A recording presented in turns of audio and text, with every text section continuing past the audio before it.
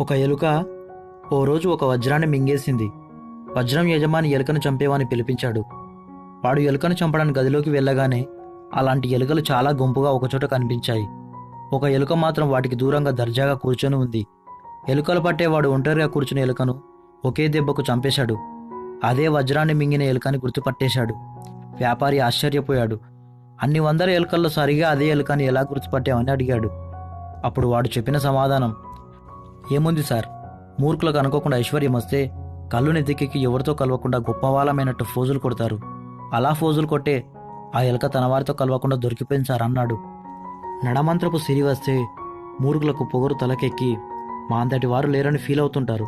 అందుకే డబ్బున్నప్పుడు ఒకలా, లేనప్పుడు ఒకలా కాదు, ఎప్పుడూ ఒకేలా ఉండడం మేలు.